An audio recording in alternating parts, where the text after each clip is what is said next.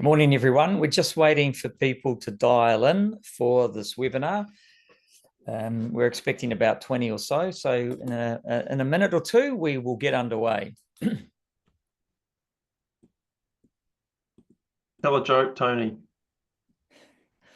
You don't want that. I don't need it.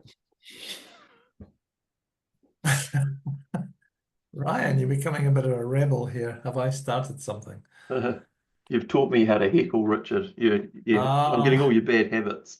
Heckling. They're not bad habits from my perspective. That's a good Scottish trait. It's actually a necessity for a Scottish passport. Yeah, and survival in Scotland. Definitely. Yeah, very good. Look, we've got 14 out of the 20 registered, and there might be a few more that jump in as well. So I think we'll get underway. Good morning, everyone. Great to see you for our second, or it might even be our first webinar series for 2025. We're delighted to have you all here today to talk about the D word. Yes, the dreaded D word, discounting, and why it's a bad thing. So we've all been in situations where we're wanting to win business, grow business. Property man, an owner might put us under a bit of pressure, and it's tempting to drop your fees. And here today we're going to talk about why it's actually a bad thing and some of the consequences. Some of the consequences that most of you will know already, and that we'll talk through in a moment, is that obviously it's going to impact your profitability. And it's likely to then have a flow-on effect to impact your service. But it's also going to have a perception impact as well for anyone that you're dealing with, for landlords, if you're having to discount or think you have to discount to win business or even retain business. And then the other thing to consider is that you might actually be attracting the wrong type of client, the wrong type of landlord. So you need to really take all those things into consideration. I just wanted to give a bit of an overview of some of the concerns and why we thought this was a very important topic to talk about today, and to share a little bit more detail. We have two stalwarts of the industry here to present and talk and have a bit of a chat between each other and answer any questions you might have. These two people probably need no introduction. Looking at the people online, you will have heard of them before. Ryan Weir, who is the franchisor for Property Scouts and has many, many years experience in the industry. And Richard Horn, who is based in Wellington and runs Manage My Property. He's also a council member on the RPMA, and Ryan is the deputy chair of the RPMA as well. So welcome the two of you. I'm sure we're going to get lots of good questions and a bit of debate probably between the two of you, knowing your style. So please, if you're online, feel free to tap a question anytime. Look, on that note, the approach for today is, look, Ryan's going to start off and give us an overview of some of his thoughts and ideas. Richard's welcome to jump in and maybe challenge or debate, as I will as well. And then we'll flip it and Richard will have his turn to speak. So look, on that note, Ryan, I'll hand over to you to do your bit. Thanks, Tony. Thanks, everyone, for coming on the webinar. I feel good to be here and privileged to talk about a topic that I'm quite passionate about. So if you hear my voice rising and going down and all that, that's just a bit of passion for the topic. So I'm sure that people here that have panicked and dropped their fees at some point just to secure a new client. So this webinar is for you. I think we've all been there. And if you haven't been in that situation, then maybe you could run one of these. We'd love to learn from you. Today, I really want to challenge that mindset that discounting might seem like a quick win, but it's actually, I believe, one of the worst long-term strategies for your business. I'll cover sort of two parts today. I'll explain why discounting your fees is so harmful, and then I'll also share sort of practical ways to hold your ground on fees when you're dealing with new landlords so that you can win your full fees. I'll start with a little personal story that happened to me about 2 years ago. I had a landlord tell me, he said, "Ryan, your competitor has offered me 20% cheaper fees." And it wasn't just on a single property, it was a block of 30 apartments. They were brand new and the annual rent was over $1 million. And the competitor had even brought in the leadership team from the head office to meet him and everything like that. But instead of matching those really low fees, I showed him why the service he'd get at a discounted rate wouldn't compare to our service. And guess what? He chose to sign with me at full fees. So it can be done. It's just how you do it. So let's kick off on why discounting fees is a bad strategy. And in the introduction, Tony actually covered a few of these things. I'll just expand on them. So let's say, for argument's sake, you lower your fees by 20%. That means that you've got to manage 20% more properties just to make the same income. But let's cut that another way. Imagine you've got a portfolio of 100 properties and you had to manage 20. It's quite a big parcel, 20 of those properties for free. That wouldn't sit well with you, but effectively, some people are doing that because of the discounting that they're doing. What we find is more properties means more work and you've got less time per client, and eventually it can lead to burnout, which we don't want. And I'm sure there's people out there watching who already feel they're at capacity. So number two, discounting lowers the value of your business. Your rent roll is an asset, and probably the key number one or number two metric for the valuation of your business is your average weighted management fee. So if you keep discounting, you're basically driving down the value of your business. Now, if you ever want to sell, that's money out of your pocket, and that's tax-free money as well. So here's an example. A property management business with a strong fee structure is more attractive to a buyer than one that's been heavily discounted over the years. Now, I did a quick little bit of research this morning. I compared the sale of a rent roll versus a sale of another rent roll. They were both in similar geographical locations, both with similar rents. Now, the one with a cheaper management fee sold for 24% less. So it's big biscuits, really. Third point, discounting reduces profitability. Every dollar you discount is money that could have gone into business growth, hiring better staff, training the staff you've got, or improving your service. Profit margin is king. So in this business, we don't have to worry about cash flow issues. All we need to do is get our profit right and you're home and hosed. A lot of other industries, they've got to get their profit right and they've got to get their cash flow right. So if your business is running on low profit margins, you can't reinvest and your business becomes stagnant. You can't take your 5 staff members to the latest property management conference and learn the newest stuff and network. You can't go and get that new piece of technology that will save you time because it's a setup cost that you can't afford. So I want to finish this point with a quick reality check. If your fees are lower, will your costs be lower? And we all know the answer to that. The answer is a resounding no. Here's something else. Growth becomes harder, not easier, when you're discounting. Sometimes we think discounting will help us grow because it'll help get clients on board, but it actually does the exact opposite. What happens is there's more work for less pay, which equates to less time to focus on attracting the good landlords that we want. And finally, landlords who make decisions based on fees are often the hardest to deal with anyway. I think a lot of you in the crowd will agree with that. The last one is a bit of a personal one. I find when you're discounting, clients win at your expense. So let me try and explain that. At a lower fee, your client is getting a premium story, but guess what? I know that a lot of you won't reduce your service just because you discounted a fee.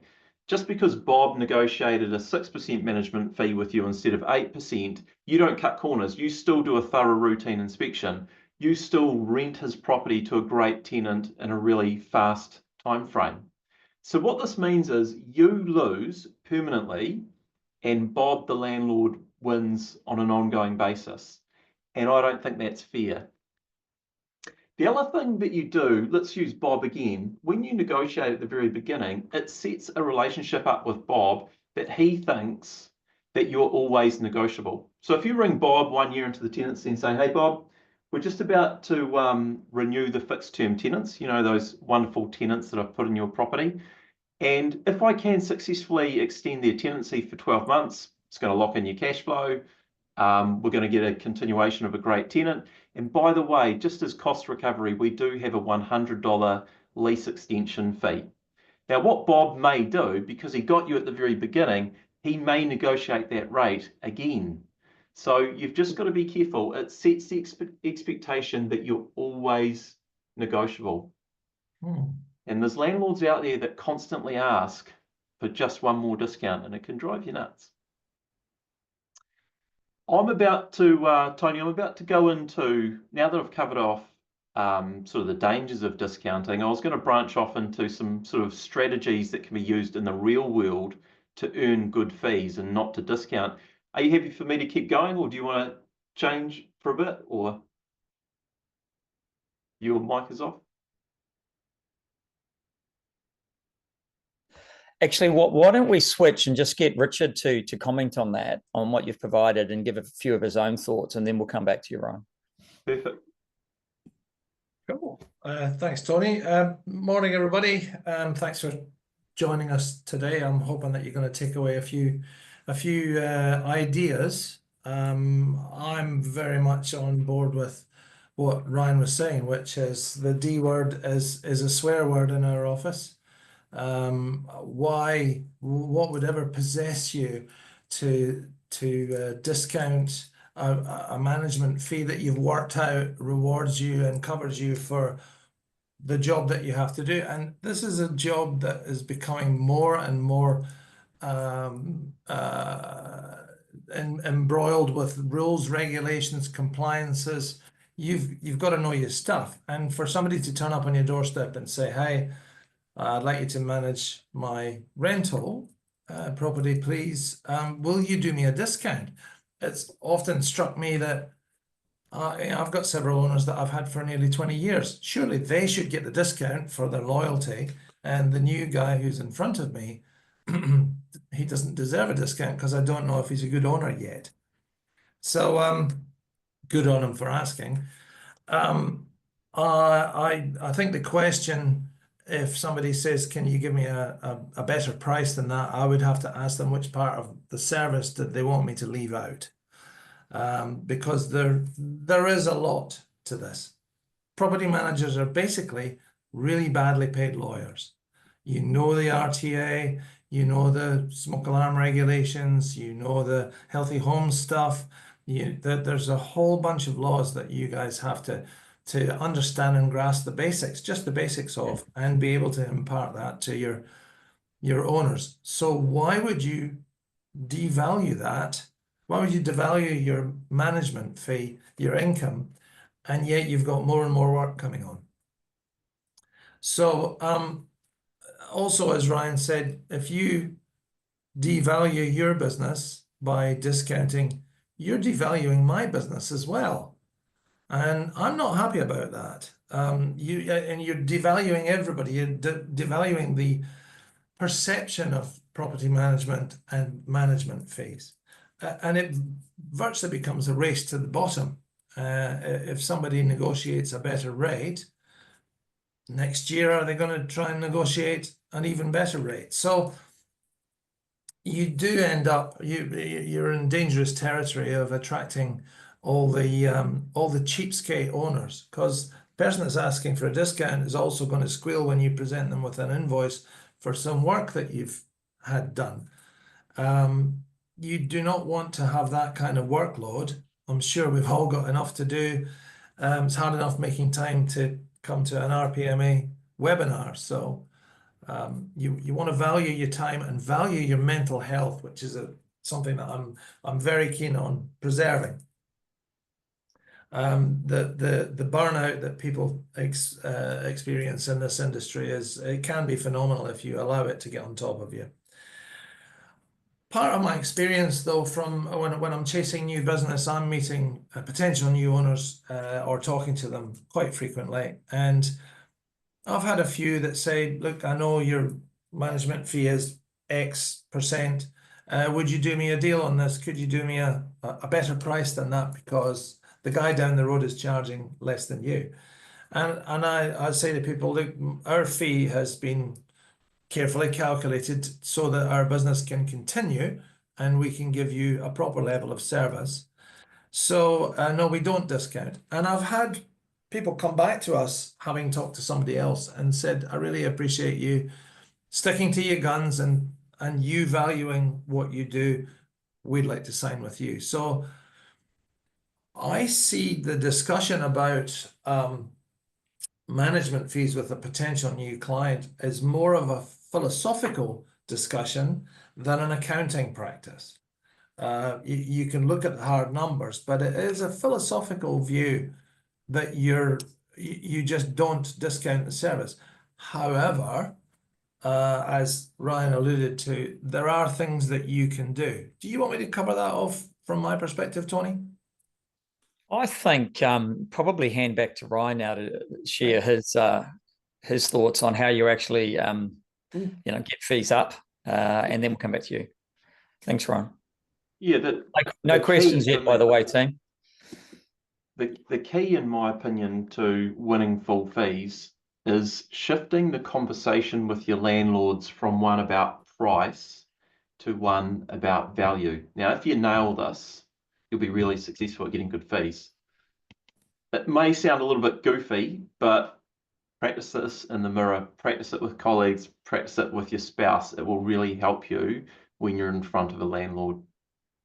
So what I mean by this is, instead of talking about how much with your clients, we don't want to get into that. We want to focus on how much more they will get with you. So I'll get a little bit granular and explain what I mean by this with a couple of examples. So you might start to talk about your occupancy rates. If your occupancy rate is, say, 2% better than your competitors, then you can say to this landlord that you're going to get an extra week of rent with me compared to the competitor. I mean, how powerful is that? A whole extra week of rent in their pocket. If your stats show that you lease properties, say, 11 days faster than your competitors on average, every time that landlord's property needs to be relet, that's an extra 1.5 weeks of rent. Could be $1,000. Again, that's really powerful. And that's the values. That's some specific examples of the value that you need to convey to your client. Another thing that can work well is you can explain what your actual service includes, because most landlords don't realize what they're getting. So if someone is trying to negotiate on my new tenancy admin fee, like an owner letting fee, what you could do is take them through the 88-point new tenancy checklist that you use. It'll blow them away when they actually understand the work that goes into it, and they'll realize that that fee isn't you profiting, that's predominantly cost recovery. And they might even feel a bit silly about negotiating it, but they don't know it until we tell them about it. Another thing you can do is have a really strong pitch ready. And I don't like, instead of apologizing for your fees, I really like it if you can own them. So an example would be, we don't discount because we believe in maintaining high quality service that requires the right resources. It's a little bit like before when Richard said that he's carefully calculated his fees to ensure he can provide good service and be sustainable. I used to say to clients, if they were business minded, I used to say to my clients that my profit margin's 20%. There's not a lot of money in this. So if I went around all my clients giving them a 10% discount like you're asking for, that would reduce my profit margin by half. Do you think that's a good thing for me to do in my business? And they would just, if they're business minded, they'll really understand that and they'll go, no. And you're most of the way there to convincing them to pay full fees, if not totally all the way there. Another thing that we used to do is, I had a client who thought cheaper was better, so they went somewhere else. They had issues and they came back, made me very happy.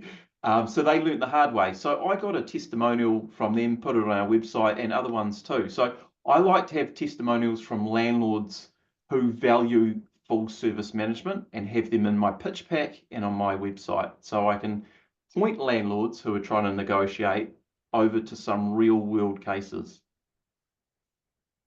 This is probably, the next one's, it sounds like it's already a policy in Richard's business, which is great. So stick to your policies.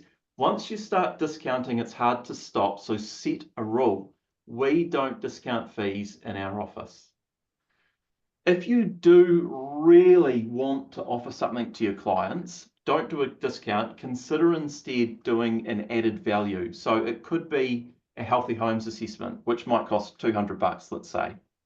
That is a far better option than you reducing your management fee by 1%, which might cost you $1,500 in lost management fees over the life of the management. I think you'll agree it's a far better thing. And you've preserved the value of your business. Finally on this one, it's a good idea to qualify your landlords early. If someone's biggest concern is price, they may not be the right client for your business. You know, would you rather have 100 landlords who pay properly or 150 landlords who demand extra favors and discounts? So in a nutshell, they're my points. Basically, the best landlords aren't the cheapest ones. They're the ones who see value in what you offer. But you've got to be good at showing what your value is. Just before Richard jumps in, I do want to just ask Ryan about how new people into the industry will do that in a credible way, because it's easy for someone like yourself and Richard, who have got many years experience and earned you good reputations. But when as we know, there's a lot of new people come into the industry as property managers. Yep. Being able to explain, hey, here's the quality, here's the occupancy rates, it's a little bit challenging because they're so green. Any thoughts and advice?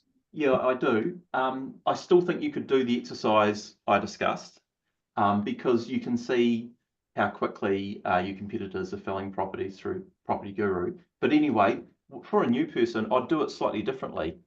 I'd be like, hey, I know that our competitors generally manage 80 to 150 properties.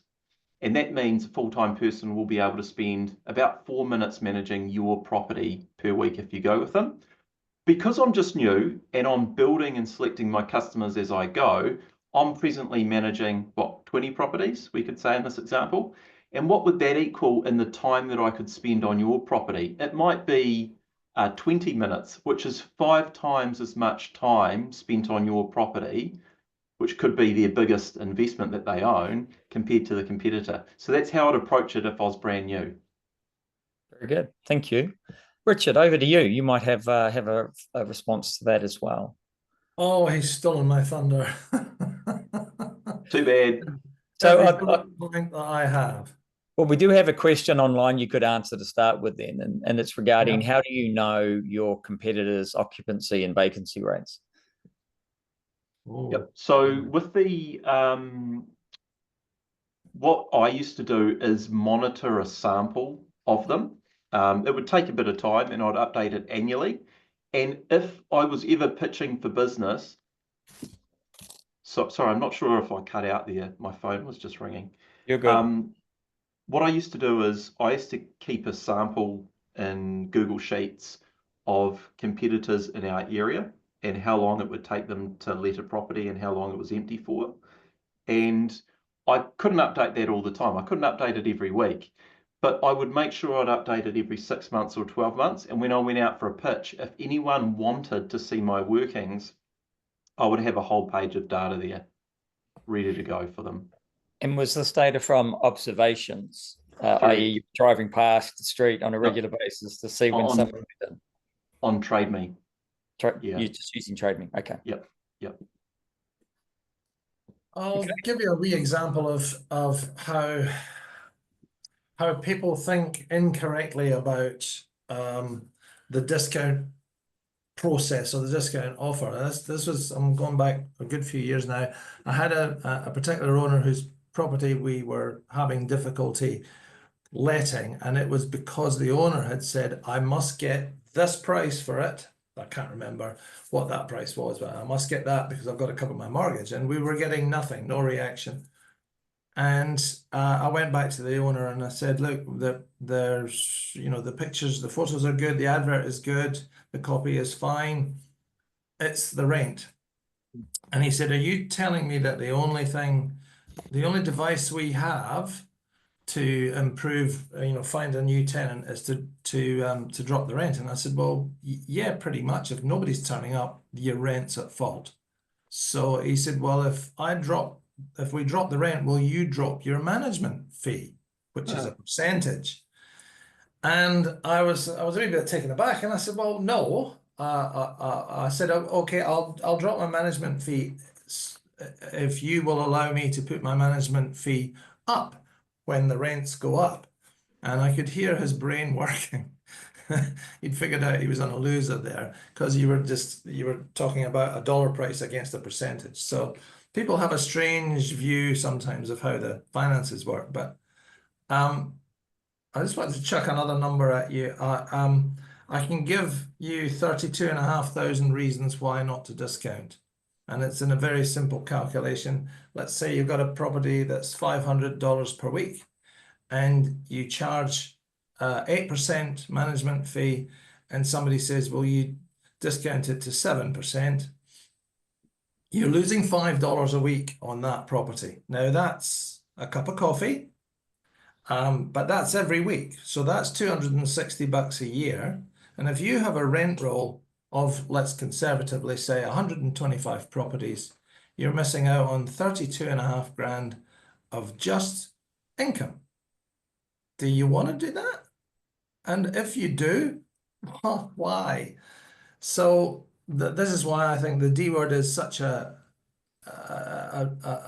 bad thing for your business. You need to value your business so that you can continue to stay in business. Yep. And discounting isn't a growth strategy. It's a short-term band-aid. Yep, it is. I totally agree. It's, what I've said to my team when they're doing rental appraisals and actually talking to owners, your role is not a sales role. It's a presentation role. You're presenting your service and all that it has on offer for your potential new client, and then you move on to the next presentation. You're not there to just get another tick in the box, another bum on the seat, another brick in the wall. And guys, this is almost slightly off topic in a way, but if you have found that you've been discounting and you're providing that full amazing service they'll get nowhere else, have a little think about repricing those historical discounts that you've provided. It's like I said in an example earlier, they're winning on a permanent basis and you're losing on an ongoing basis. So I think there needs to be some leveling there. And I have found in my own personal experience, after repricing hundreds of clients, I had to do it many years ago, I found that the pushback, if you're doing a great job, is extremely low. But in your mind, you might go, oh my goodness, people are going to leave and hate me. And I sent out about 200 letters once, and I heard back from one guy. Yeah. And that was simple. He didn't go anywhere. I just deferred the price increase for him for 6 months. And that was it. One person I heard back from. So don't be scared to do it. If you are scared to do it, my advice is this. Still do it, but start with a very small selection of maybe 10 clients, just to get your training wheels and confidence up. Instead of sending it out to all your clients, if you do it with a small batch first, you'll go, oh, that wasn't so bad. I didn't hear back from anyone. Or in fact, I heard back from 3 people and they all said, yes, sweet, you're doing a great job. That'll give you the confidence to move forward and do the rest of your portfolio if it's required.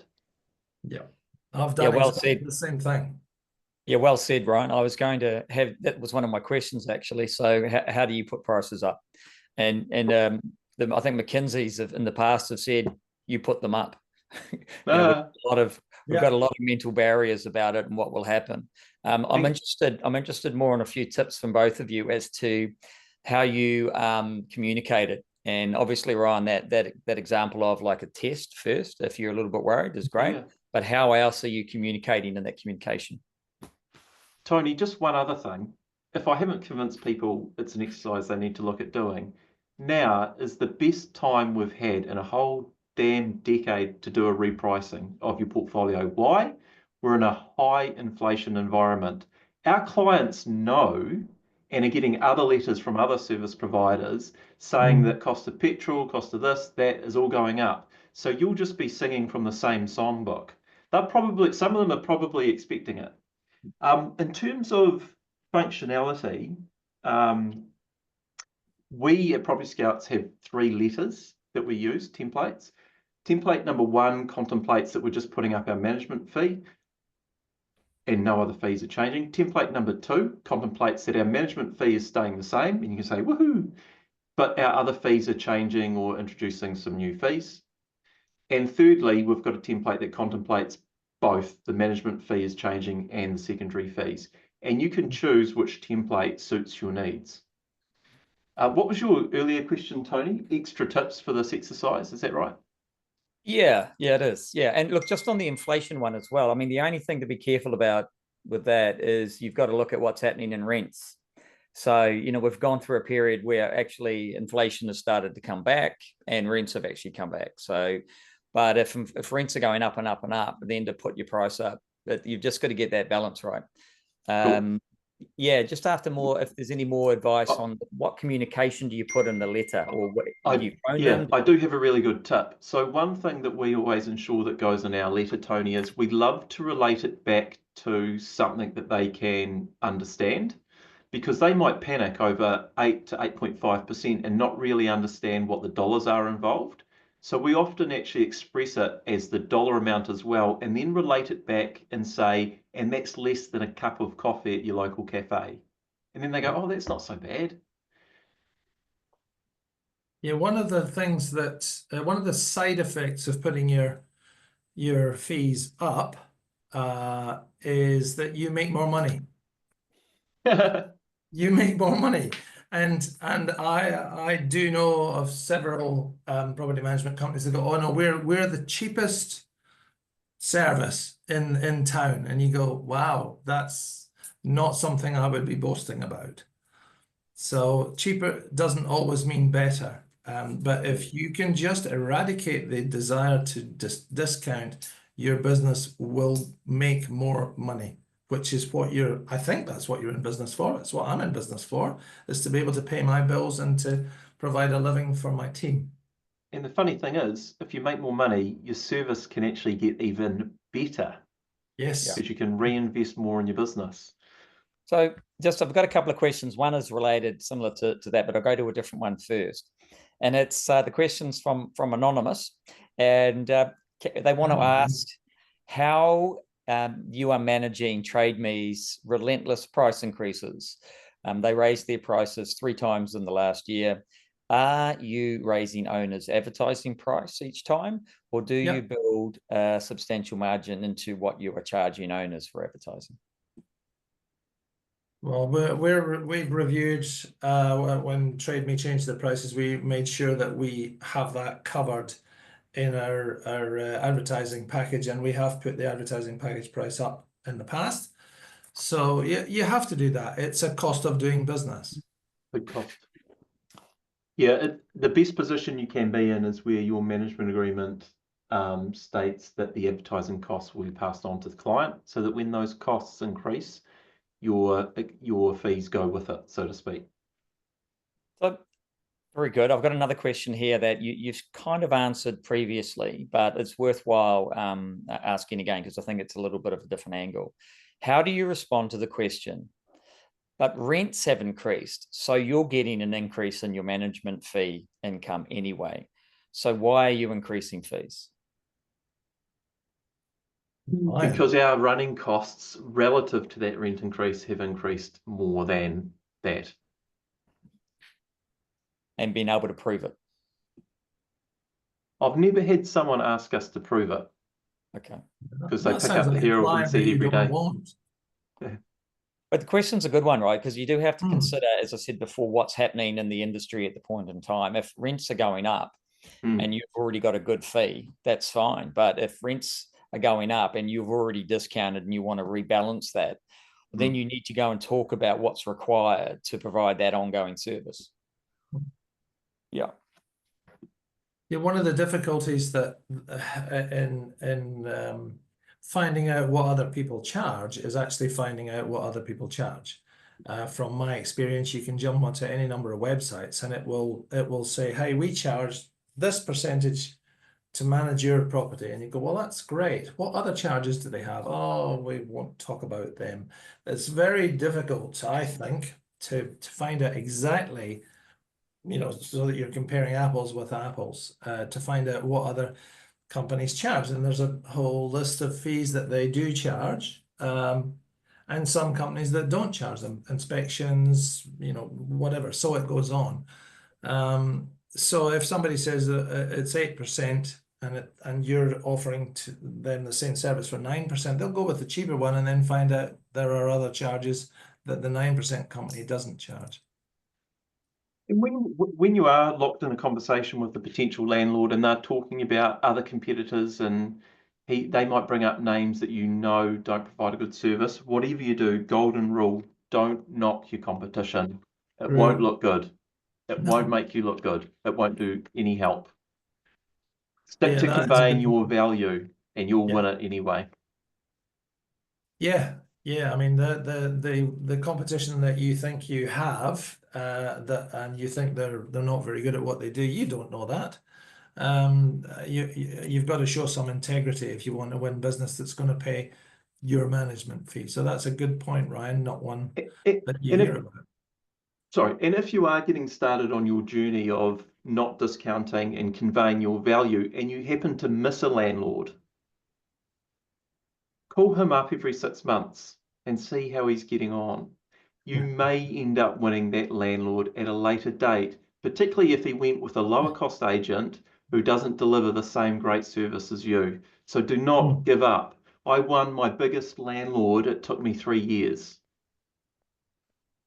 Yeah. And that's just because I kept in touch with him, kept in touch with him, kept in touch with him. And that's sound advice, exactly what people want. I'm just looking at the time. Probably we need to wrap things up. I've got one more question that's come in. I just wanted to share a little bit of insight as well to help, I guess, paraphrase some of the things that you've said.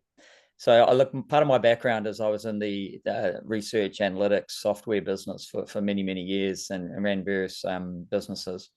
And in one 10-year stint, there were 2 major companies. We were one of them. There was obviously another one. And our clients, and there was probably around about 400 major manufacturers that we serviced. And it was a battle every day to re-sign these clients on a year or 3-year contract. And it was an absolute race to the bottom, even though we were trying to uphold prices. And the learning that we finally managed to dig ourselves out is to really go and put forward the proposition of value and service and building the industry. And it worked in the long run. But the key nugget within this is that both companies were having a race to the bottom. And when employees changed, or they came across to us, we'd say, "Why are you guys discounting your prices so much?" And they said, "We're doing that because you are, but we think you're doing that." And it was a real, I guess, this issue that the state of mind that competitors would have rather than focusing on the value equation. So good learning in any industry for that. Look, one question before we need to sign off, and that is, what's the best CRM system for property management? I'm not sure whether you can suggest that, being RPMA council members. There's a few good ones. Above my pay grade. Yeah. I don't know if you've got any thoughts, Ryan, on what you wanted to share. Yeah. I personally used Lead Simple for a number of years, and I found it to be brilliant. I'll just tell you why Lead Simple is quite good. It's dedicated to property managers. It's not if you're a plumber or if you're an accountant or a lawyer. It's made for property managers. I just found it so good. One of the things I liked the most is whenever I had a lead come through on my phone, it had I could tell that it was coming through from Lead Simple, a lead on the line. So if I was in a meeting, I would make sure I'd answer the call and just say, "Hey, sorry, your call's important to me, but I'm just in a meeting, I'll give you a call back." Now in the lead's mind, I've picked up the phone first time. Yeah, I couldn't speak to them, but at least I picked up the phone. So I found that feature from Lead Simple extremely helpful. Very good. I haven't got an answer to the CRM question, but just when I'm talking to potential clients, I do point out that I have a couple of rentals which my team manage for me through the company, and even the boss doesn't get a discount on the management fee. So that's how dedicated I am to getting rid of the D word from your vocabulary. Very good. Okay. Look, thank you, Richard and Ryan. Been great to have you here this morning. And thank you, Pleasure. everyone that's dialed in. Really appreciated the questions, and we'll hopefully see you at the next webinar in a month's time. All the Thanks, best. everyone. Cheers. Bye-bye. Bye-bye.